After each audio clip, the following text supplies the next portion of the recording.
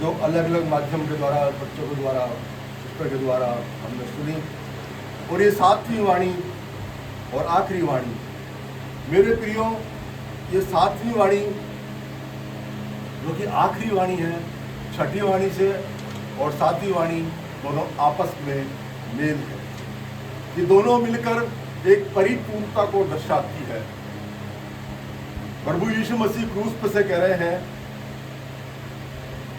हे पिता, मैं अपनी आत्मा तेरे हाथों में सौंपता हूँ, यह कहकर प्राण छोड़ दिए। आइए हम परमेश्वर का मत मांगे। पिताजी, हम इस योग्य तो नहीं कि तेरी क्रूस पे से कहे तेरे वचनों को अपनी गंदी जुबान से ले सके, क्योंकि एक एक वचन पिता परमेश्वर तेरा ऐसा दर्शाता है रूप पिता परमेश्वर, जिसको देखने के लिए हमारे ऊपर पर्दा आ जाना चाहिए। पिता परमेश्वर, हम उस दर्द को, उस ऐसी पीड़ा को अपनी आंखों से नहीं देख सकते।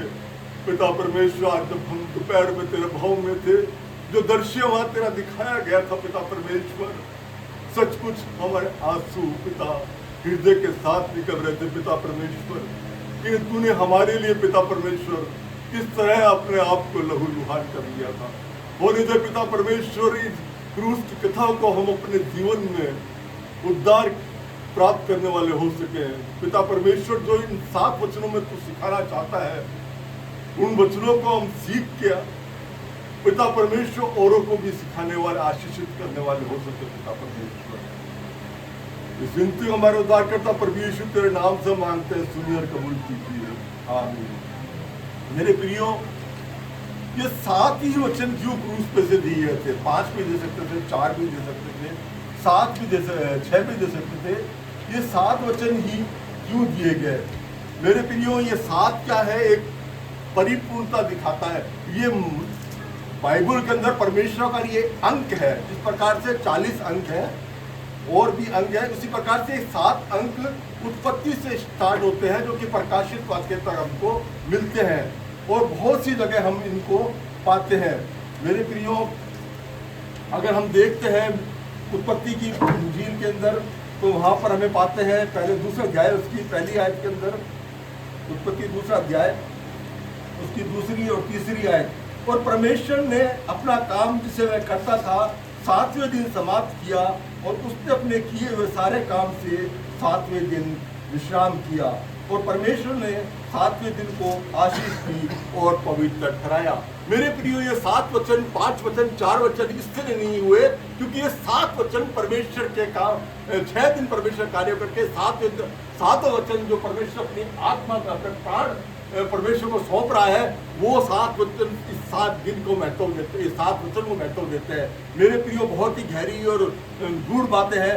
ये बात 7 की जो गिनती है, 7 का जो आंकड़ा है, वो हमें उत्पत्ति से लेकर प्रकाशित वाक्य तक मिलता है। 7 कलीसियाएं देख लें, हम 7 तारे देख लें, और हम बहुत 7 सदूत हैं और 7 जीवित है, 7 आत्मा है, 7 सींग है, 7 मोहर है, 7 तुरैया है।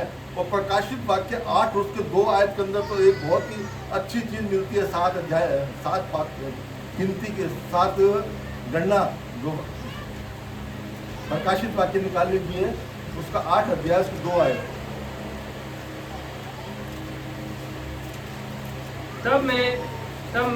मैंने उन 7 सरदूतों को देखा, तब मैंने उन 7 सरदूतों को देखा जो परमेश्वर के सामने खड़े रहते हैं, और उन्हें 7 तुरियां दी गई। और परमेश्वर के जो वो 7 सरदूत, वहां भी 5 नहीं है, 4 नहीं है, 3 नहीं है, 2 नहीं है, 7 का परमेश्वर ने एक मायना रखा है। मेरे प्रियो, परमेश्वर की हर एक गिनती, हर एक कोमा, हर एक हासिल पाई, हर एक शब्द परमेश्वर की वचन के अंदर मायने रखते हैं। ये 7 वचन जो प्रभु यीशु मसीह ने क्रूस पे से कहे, आप पहले वचन से लेके 7वें वचन तक आ जाइए, आपको हर एक वचन के अंदर परमेश्वर की गूढ़ और गहरी बातें, उसकी योजनाएं, उसके कार्य, उसकी भविष्यवाणियां, सब कुछ आपको कंप्लीट मिलेगी। और वही 7वीं बात परमेश्वर 6ठे और 7वीं वाणी के अंदर कहता है, हे परमेश्वर, मैं अपनी आत्मा तेरे हाथों में सौंपता हूँ। दाऊद भी भजन के अंदर कहता है, भजन 31 उसकी 8वीं आयत के अंदर, मैं अपनी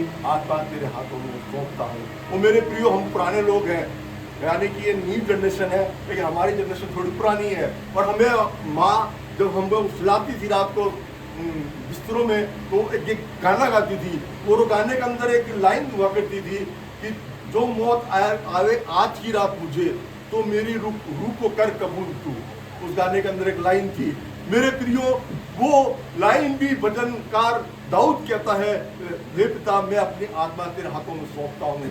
और उसी को लेकर चलता हुआ प्रभु यीशु मसीह उस सारे काम को कंप्लीट करके, जब मैं इस 7 नंबर की परिपूर्णता देख रहा था, तो मुझे वर्ब के अंदर, नाउन के अंदर कहीं पूरा सेंटेंस इस वक्त 7 को कंप्लीट नहीं कर पाया। इतना गहरा 7 अंक का मतलब है, एक परिपूर्णता है। इंग्लिश में फिनिश्ड लिख सकते हो आप, कि कोई काम कर दिया उसको फिनिश कर दिया, परिपूर्णता। लेकिन नहीं, बाइबल के अंदर वो परिपूर्णता नहीं पाई गई। वो परिपूर्णता प्रभु यीशु के अंदर पाई गई, जो कि हम उस 7 वाणियों के अंदर इस 7वीं आयत में देखते हैं। वो कहता है, हे पिता मैं अपनी आत्मा तेरे हाथों में सौंपता हूँ। मेरे प्रियो, ये एक पूरी तरह से योजना के तहत था। आप सब बाइबल जानते हैं। अभी 6 वाणियां हमने आप लोगों से सुनी, और सबने बहुत अच्छी तरीके से समझाई हर एक वाणी को। लेकिन परमेश्वर अलग अलग तरीकों से, अलग माध्यम से अपने वचन को लोगों के बीच में देना चाहता है। आज मैं भी सुन के आया था, वो कुछ और समझा रहे थे, हमने इतने साल सुना, वो भी कुछ और समझा रहे थे। सबका सुन के हम परिपक्व हो गए हैं, आज इस योग्य हो गए कि हम परमेश्वर की बातों को समझ सकते हैं। क्योंकि कुरिन्थियों कहता है, क्या कहता है कुरिन्थियों की पत्री बहुत अच्छी आयत है, मतलब निकाल लीजिए। हाँ, वो कहता ना, क्रूस की कथा। हाँ, क्रूस की कथा 1:18, क्रूस की कथा 10:1। इस संसार का ज्ञान परमेश्वर के निकट मुकरता है। 1:18 होने वाले के लिए निकट मुकरता है, परंतु परमेश्वर के साथ। हाँ, ये उद्धार पाए हुए लोग हैं। आज जो वाणियों में परमेश्वर के वेदी के सम्मुख जाके बोल रहे हैं, उद्धार पाए हुए लोग हैं। इन परमेश्वर की 7 वाणियों को समझने वाले लोग हैं। इनकी आत्मा ये ज्ञान सिखाती है कि मैंने परमेश्वर के ज्ञान को समझना है, तो क्यों उसने क्रूस पे से ये 7 वाणियां बोली, और ये मेरे लिए क्या मायने रखती है, और मैं 5वीं वाणी, 4थी वाणी, 3री वाणी, 6ठी वाणी और 7वीं वाणी मेरे जीवन में क्या क्या परिवर्तन लेके आ सकती है। ये परमेश्वर के उद्धार का एक दिशा है जो कि हम लोगों ने पकड़ रखी है। मैं परमेश्वर का धन्यवाद देता हूँ, छोटी कलीसिया का, छोटे झुंड का भी धन्यवाद देता हूँ, जिन्होंने चाहा कि मेरा प्रभु किस तरह से कहता है कि हे नारी देख, वो एक माँ के लिए कहता है, वो प्यास के लिए कहता है, वो उन सब बातों को अपने देखा, और लास्ट में वो कहता है सब कुछ पूरा करके कि हे परमेश्वर मैं अपनी आत्मा तेरे हाथ में सौंपता हूँ। एक ये यीशु यरूशलेम को जाते हुए 12 चेलों को एकांत में लिया करता है। यीशु मसीह की ये घटना कोई अचानक नहीं घटी मेरे प्रियो, ये वो कोई एक्सीडेंट के रूप में नहीं हुआ था कि एकदम से कोई आ गया और उस पर आक्रमण कर लिया, तो पकड़ ले गया। ये सब एक सुनिश्चित योजना के तहत कार्य हो रहा था। एक एक चीज जो हो रही थी वहां पर, एक एक क्षण जो बीत रहा था, सारे के सारे समय, सारे के सारे कार्य वहाँ, सारी बातें वहाँ, सब एक योजना के तहत हो रही थी जो कि परमेश्वर ने रखी थी। और प्रभु यीशु मसीह को तो जब आदम को जब पाप में गिर गया था, उसको बाहर निकालता, तभी परमेश्वर ने उसकी मेमना त्याग कर दिया था। उसको पता था कि मनुष्य पाप के अंदर इतना गिर जाएगा, जो कि हम प्रभु यीशु मसीह जब क्रूस पे ले जा रहे थे, उन लोगों के चरित्र को देखते हैं।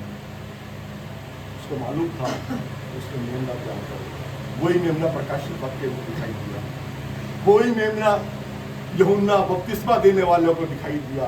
वो कहता है देखो ये परमेश्वर हम मेमना जगत के पाप उठा कर ले जा रहा है। मेरे तरह उसने कहीं ज्ञान नहीं सुना था, उसने कहीं वचन नहीं पढ़ा था। यूहन्ना बपतिस्मा देने वाले ने जंगल में रहता था, मधु खाता था और शहद खाता था, और उसे किसी प्रकार का कोई भी ऐसे लाग लगाव नहीं था। लेकिन परमेश्वर का उसके ऊपर ज्ञान उतरा, प्रकाश उतरा, और वो कहता है प्रभु मैं इस योग्य नहीं कि तेरे जूतों के बंद खोल दूं। परमेश्वर कहता है जो हो रहा है उसको होने दे, क्योंकि इन सब बातों का होना जरूरी है। एक एक बात प्रभु यीशु मसीह के द्वारा दी थी पूरी होनी जरूरी है। ये यीशु पहले से जानता था कि मत्ती 20 अध्याय निकाल लीजिए, बहुत अच्छी बात चेलों से कही है। मत्ती 20 अध्याय 17 से यीशु यरूशलेम को जाते हुए 12 चेलों को एकांत में ले गया और मार्ग में उनसे कहने लगा कि देखो हम यरूशलेम को जाते हैं, ये वो है जो खजूर की वो कहते हैं, और मनुष्य पुत्र महायाजकों और शास्त्रियों के हाथ में पकड़वाया जाएगा और वे उसको घात के योग्य ठहरेंगे और उनको अन्य जातियों के हाथ सौंपेंगे कि वे उसे ठट्टों में उड़ाएं और कोड़े मारें और क्रूस पर चढ़ाएं और तीसरे दिन जिलाया जाएगा। पहले से क्या सुंदर और मधुर बात है। प्रभु यीशु मसीह एक एक बात बता रहा है। वो कहता है एकांत में जाकर अपने चेलों को बता रहा है कि देखो हम यरूशलेम जाते हैं, मनुष्य पुत्र महायाजकों शास्त्रियों के हाथ में पकड़वाया जाएगा और उसको घात के योग्य ठहराएंगे, यानी निर्दोष है लेकिन घात के योग्य ठहराएंगे और उसको अन्य जातियों के हाथ में सौंपेंगे कि वे उसको ठट्टों में उड़ाएं और कोड़े मारें और क्रूस पर चढ़ाएं और वो तीसरे दिन जिलाया जाएगा। प्रभु यीशु मसीह कब काम करते चेले ने जानते थे, इसलिए प्रभु यीशु मसीह उन चेलों को एकांत में ले जाकर समझाने लगा। और यूहन्ना 18 अध्याय और 3 वचन से 11 ये सब कुछ सोची समझी बात थी। जब भी उन लोगों ने ऐसा कुछ किया, लेकिन क्या मजाल कि यीशु मसीह का कोई बाल भी छू सकता था। निकाल लीजिए मेरे साथ में यूहन्ना की इंजील उसका 18 अध्याय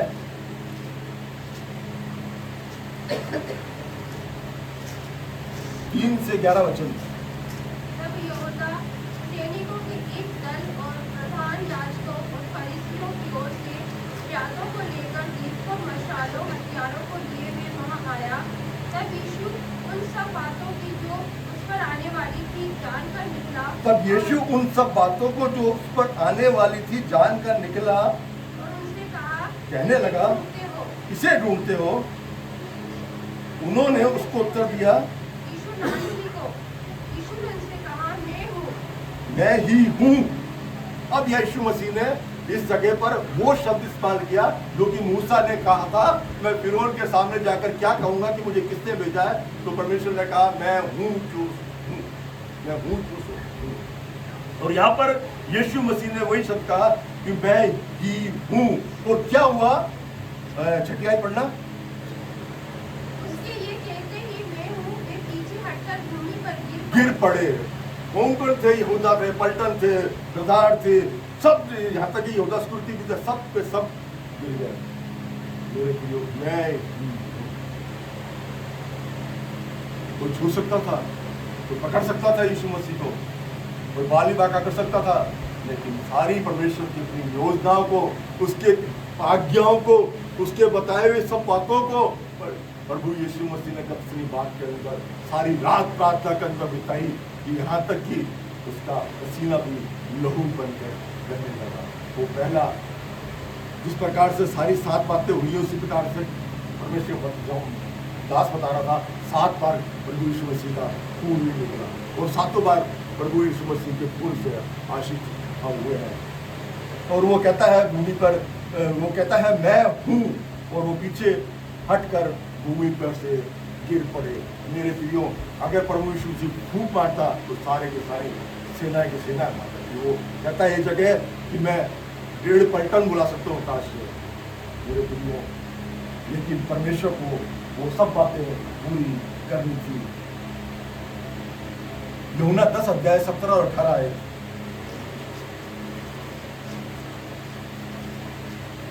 पिता इसलिए मुझसे प्रेम रखता है कि मैं अपना प्राण देता हूँ कि उसे फिर ले लूँ। कोई उसे मुझसे छीनता नहीं, वरन मैं उसे आप ही देता हूँ।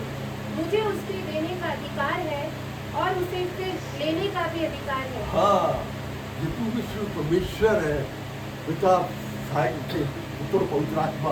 वो कहता है मैं अपना प्राण देता हूँ कि उसे फिर ले लूँ। कोई उससे मुझसे छीनता नहीं, वरन मैं आप ही उसे देता हूँ। परमेश्वर की देन है, मैं आप ही उसे देता हूँ। मुझे उसके देने का भी अधिकार है और उसे फिर लेने का भी अधिकार है। ये आज्ञा पिता से मुझे होती है। और सब बातें छठी आया वाणी के अंदर कहता है पूरा हुआ। और मेरे प्रियो 7वीं वाणी में कहता है, हे पिता मैं अपनी आत्मा तेरे हाथ में सौंपता हूँ। किसी को भी अधिकार नहीं, केवल यीशु मसीह को यह अधिकार है कि वो प्राण को ले भी ले और उसको दे भी दे। और मेरे प्रियो आज तक कोई भी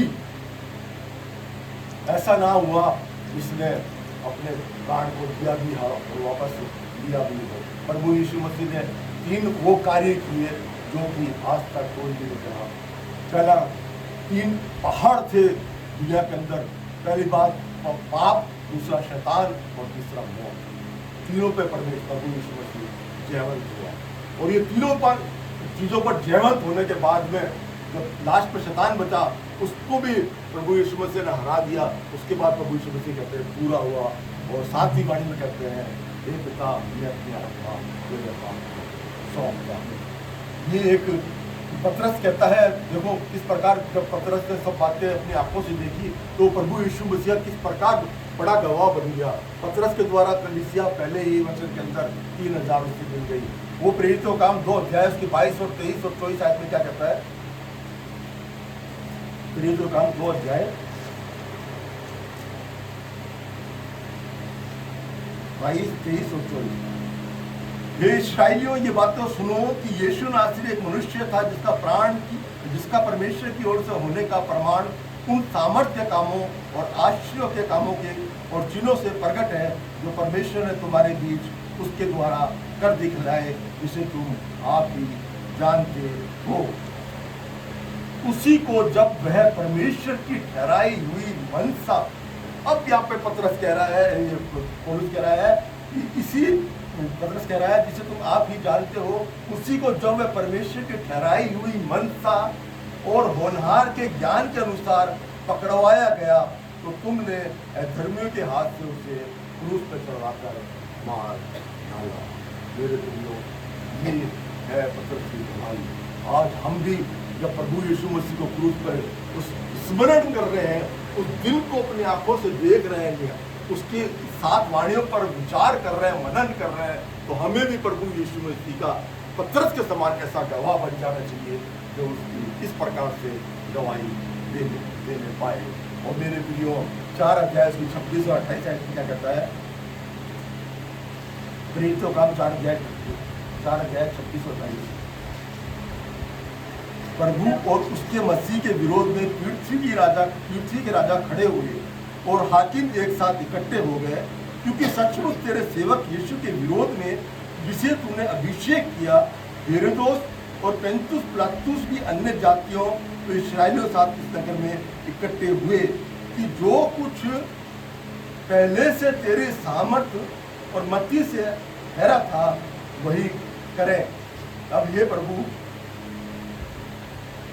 जो पहले से तेरे सामर्थ्य और मति से ठहरा था वही करे। पहले से ठहराया हुआ था, एक अंश भी, एक कण भी उनकी इच्छा के अनुसार नहीं हुआ। सब परमेश्वर की योजना के और उसके अधीन जानता था कि मुझे अभी बड़ा सौंपा जाएगा, तो लौटाया जाएगा, घसीटा जाएगा, सब कुछ प्रभु जानता था। इसके रात भर परमेश्वर के सामर्थ्य इस चीज को मनुष्य के रूप में पूरा करने के लिए वो रात भर प्रभु के आगे स्वर्गदूत उसको सामर्थ्य रहते हैं कि अगले दिन यरूशलेम को तुझे प्रवेश करना है। और वो सब चीजें, वो 7 चीजों को परमेश्वर की योजना करता है पूरा करना है। उन 7 वाणियों को परमेश्वर के लिए पूरी करनी है। और मेरे भाइयों, यहाँ पर एक काम नहीं हुआ। यहाँ इस घटना के अंदर वापस निकाल लीजिए लूका की इंजील, वहां पर एक काम और हुआ। लूका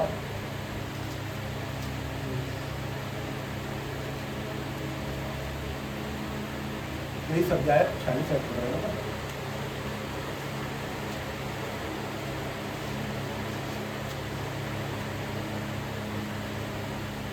हाँ।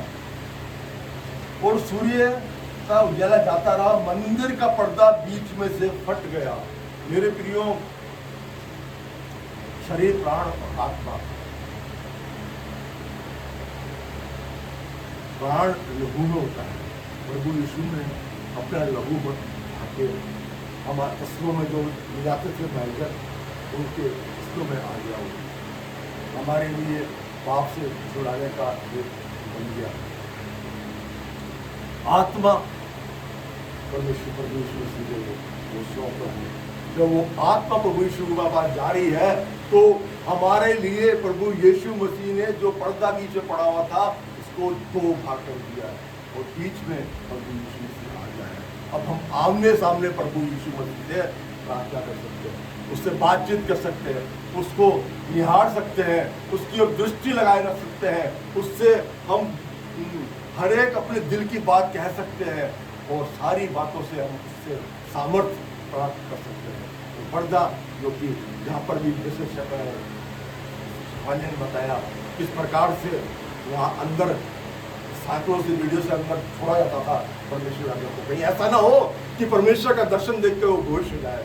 जिस प्रकार से यूहन्ना की पापा अंदर गए थे तो वो बोल नहीं पा रहे थे, तो लोगों ने देखा कहीं ये दर्शन, परमेश्वर दर्शन देख के तो कहीं ऐसे नहीं हो गए, तो इतना ज्यादा वहाँ पर प्रकाश परमेश्वर उसमें तेज मार रहा था, लेकिन वो भी दो टुकड़े हो गया और हम प्रभु यीशु मसीह को आमने सामने दे सकते हैं, उसकी आप सामर्थ्य को दे सकते हैं।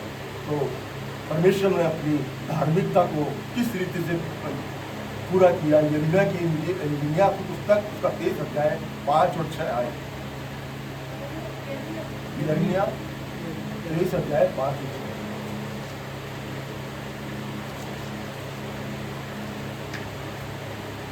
यहोवा की ये वाणी है, एक ऐसे दिन आते हैं जब मैं दाऊद की कुल में एक धर्मी अंकुर उगाऊंगा और वे राजा बनकर बुद्धि से राज्य करेगा और अपने देश में न्याय और धर्म से प्रभुता करेगा। उसके दिनों में यहूदी लोग बचे रहेंगे और इस्राएली लोग इधर बसे रहेंगे और यहोवा उसका नाम यहोवा हमारी धार्मिकता रखेगा। हमारी धार्मिकता रहेगा। यहोवा की वाणी के देख ऐसे जाते जब मैं दाऊद के कुल से धर्मी अंकुर उगाऊंगा। ये धर्मी अंकुर हमारे लिए धार्मिकता बन जाएगा। इस प्रभु यीशु ने इस क्रूस पर हमारे लिए धार्मिकता पूरी करी। अरे क्या क्या पूरा नहीं किया परमेश्वर ने। ये 3 घंटे जो 7 वचनों को 7 वाणियों को सुनाने के लिए दिए थे, ये 3 घंटे कम पड़ेंगे, ये 3 दिन कम पड़ेंगे, 3 साल कम पड़ेंगे, 3 युग बीत जाए तब भी ये परमेश्वर के वचन पूरे नहीं हो पाएंगे। जो प्रभु यीशु मसीह ने उसके अपने 3.5 वर्ष की सेवकाई के अंदर परमेश्वर की वो सारी बातें पूरी करी, अपने मनुष्य के रूप में रहकर और सारी बातों को परमेश्वर ने अपने जीवन से पूरी करी।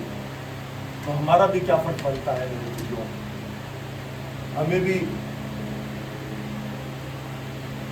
परमेश्वर के लहू को अपने गंदले पाँव से अपनी पीछे कर चाहिए। मेरे साथ जो आए निकाले में समाप्त करूँगा। यहेजकेल की पुस्तक 18 अध्याय उसके 30 से 32 आए।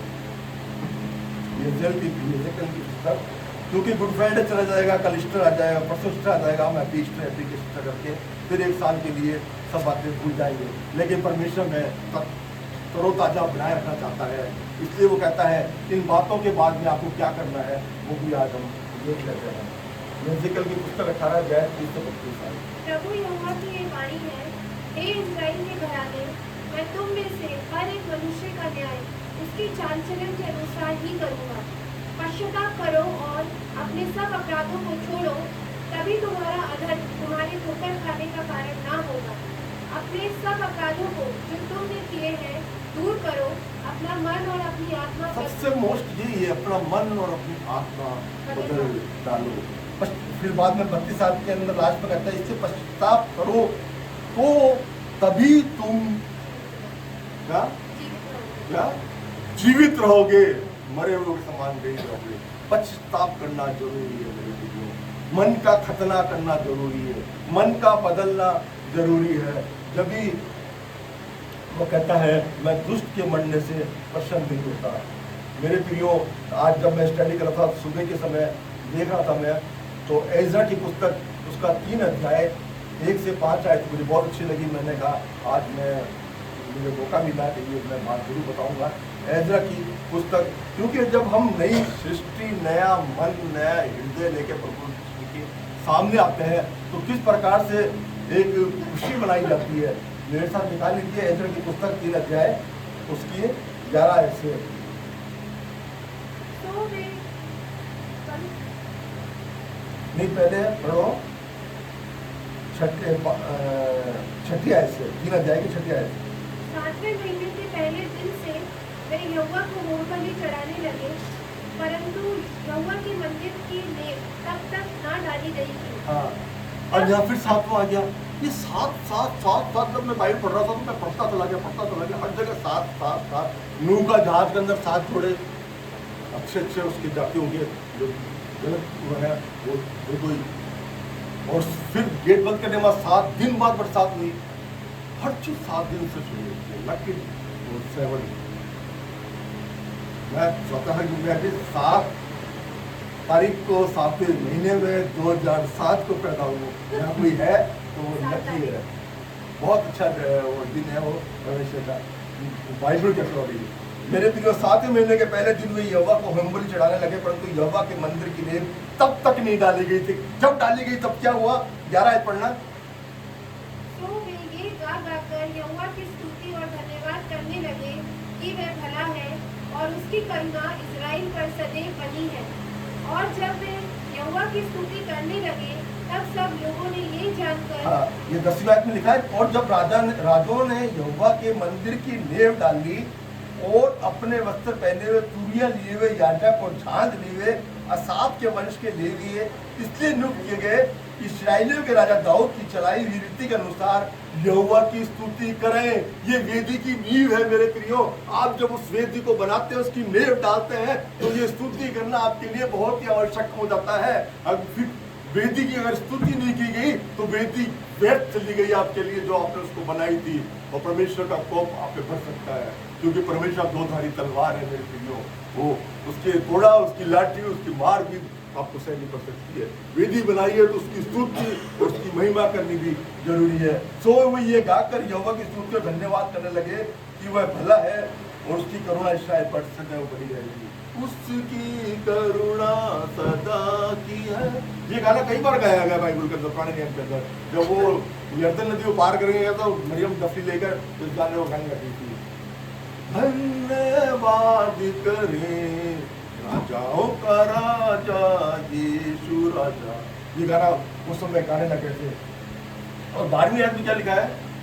परंतु बहुतेरे याजक और लेवी और पूर्वजों के घरानों के मुख्य पुरुष अर्थात वे बूढ़े जिन्होंने पहला भवन देखा था, जब इस भवन की नींव उनकी आंखों के सामने पड़ी तब फूट कर रोने लगे और बहुतेरे आनंद के मारे। जब इस भवन की नींव उनकी आंखों के सामने पड़ी, उन बुजुर्गों के सामने, तो क्या हुआ? वो फूट कर रोने लगे और बहुतेरे आनंद के मारे ऊंचे शब्द से जय जयकार कर रहे थे। और बहुत से आनंद के मारे ऊंचे शब्द से जय जयकार कर रहे थे। अब एक तरफ तो वो फूट के रो रहे हैं बुजुर्ग हम जैसे, और दूसरे जो कुंवारियां हैं डफ लेकर, है ना, जो लेवी है, जो याजक है ना, वो डफ लेकर गा रहे हैं। और तेरी बात में क्या कहता है? इसलिए लोग आनंद के जय जयकार का शब्द लोगों के रोने के शब्द से अलग पहचान न सके, क्योंकि लोग ऊंचे शब्द से जय जयकार कर रहे थे और रोने का शब्द और आनंद का शब्द आपस के अंदर मिल गया। वो पहचान नहीं कर पा रहे थे मेरे प्रियो। इतनी वहां जय जयकार हो रही थी। किस लिए हो रही थी? वेदी की नींव रखी गई थी। ये करना हमने 7 वाणियां सुन ली, आप लोगों ने सुना भी दी, हम भी सुन के आए और आज सुन भी रहे हैं मेरे प्रियो। परसों ईस्टर आ जाएगा और ईस्टर के बाद हमें खत्म नहीं होना। हमें उस नींव रखनी है, अपने शरीर की नींव रखनी है, क्योंकि शरीर परमेश्वर का मंदिर है। और जब हम मंदिर की नींव रखते हैं, आगे मैं आपको बताऊंगा किस प्रकार से वह ऊंचे शब्द से जय जयकार कर रहे थे और वह शब्द दूर तक सुनाई देता था। यिर्मयाह 31:13 ये तो होगा। अब 33 आयत, हाँ, इसी की 33 आयत पर यिर्मयाह 31:13 और 33 आयत। उस समय उनकी कुमारियां नाचती हुई हर्ष करेगी और जवान और बूढ़े एक संग आनंद करेंगे, क्योंकि मैं उनके शोक को दूर करके उन्हें आनंदित करूंगा। मैं उन्हें शांति दूंगा और दुख के बदले आनंद दूंगा। मैं उन्हें शांति दूंगा और दुख के बदले आनंद दूंगा। और 31वां। हाँ, फिर यहोवा की ये भी वाणी है, सुन, ऐसे दिन आने वाले हैं जब मैं इस्राएल और यहूदा के घरानों से नई वाचा बांधूंगा। नई वाचा बांधूंगा। अब हम नई वाचा के अधीन है मेरे प्रियो, नई सृष्टि के अधीन है। और वो नई वाचा क्या है मेरे प्रियो, आप सब जानते हैं, लेकिन आज फिर एक बार से दोहरा लेते हैं। जो वाचा मैं उन दिनों के बाद इस्राएल के घराने से बांधूंगा वह ये है कि मैं अपनी व्यवस्था उनके मन में समाऊंगा और उसे उनके हृदय पर लिखूंगा, और मैं उनका परमेश्वर ठहरूंगा और वे मेरी प्रजा ठहरेंगे। यहोवा की ये वाणी है। ये है मेरे प्रियो उस प्रभु यीशु मसीह के क्रूस पे से बहाए हुए उस बहुमूल्य लहू की कीमत। ये है मेरे उस प्रभु यीशु के मार खाने की कीमत। ये है मेरे परमेश्वर को ठट्टे में उड़ाए जाने की कीमत। ये है मेरे परमेश्वर को कीले ठोके जाने का मूल्य। चांदी के चंद सिक्के नहीं मेरे प्रियो, उसका प्रेम, उसका मूल्य लहू पिता परमेश्वर। फिर भी वो कहता है, हे मेरे लोगों, मैं तुम्हारे साथ एक नई वाचा बांधूंगा, तो मैं यूं ही नहीं छोड़ दूंगा। और वो वाचा है कि अपना हृदय में से पत्थर का हृदय निकाल कर मांस का हृदय बन जाओ। और वो कहता है, मैं अपनी व्यवस्था उनके मन में समाऊंगा और उसे उनके हृदय पे लिखूंगा। कितनी अच्छी और सुंदर और मनोहर बात है कि उसके वचन हमारे हृदयों पे लिखे हुए हैं। क्योंकि समय ऐसा आता है कि ये पवित्र वचन हमारे पास नहीं होगा। हमें बोलना भी पड़ेगा तो परमेश्वर के वचनों से बोलना पड़ेगा, किसी से उत्तर भी देना पड़ेगा, परमेश्वर वचनों के द्वारा देना पड़ेगा। क्योंकि लोग हमसे पूछताछ करेंगे, जांच पड़ताल करेंगे, हम निर्दोष होंगे फिर भी जेल खाने में डाल दिए जाएंगे। बहुत सी बातों को सहना पड़े। अगर हम वचन के द्वारा बचाए नहीं जाए बड़ी बात, अगर मर जाते हैं तो परमेश्वर के नाम है। लेकिन ऐसे मरने से क्या फायदा कि हम परमेश्वर के लिए कुछ कर ही नहीं सकते। तो परमेश्वर के न्याय के सिंहासन के सामने खड़े होंगे तो हम लोगों के पीछे नहीं, हमारे पीछे लोग पीछे कि प्रभु देख, तूने 10 दिए थे, मैंने 10 और कमा, क्योंकि तेरी व्यवस्था हमारे हृदयों के अंदर बनी हुई है, तेरी नीति हमारे हाथों के सामने बनी हुई है। आइए हम प्रार्थना करें और परमेश्वर अपना ये मन, ये हृदय दें, ताकि वो अपनी वाचा, नई वाचा हमारे लिए, हमारे हृदयों का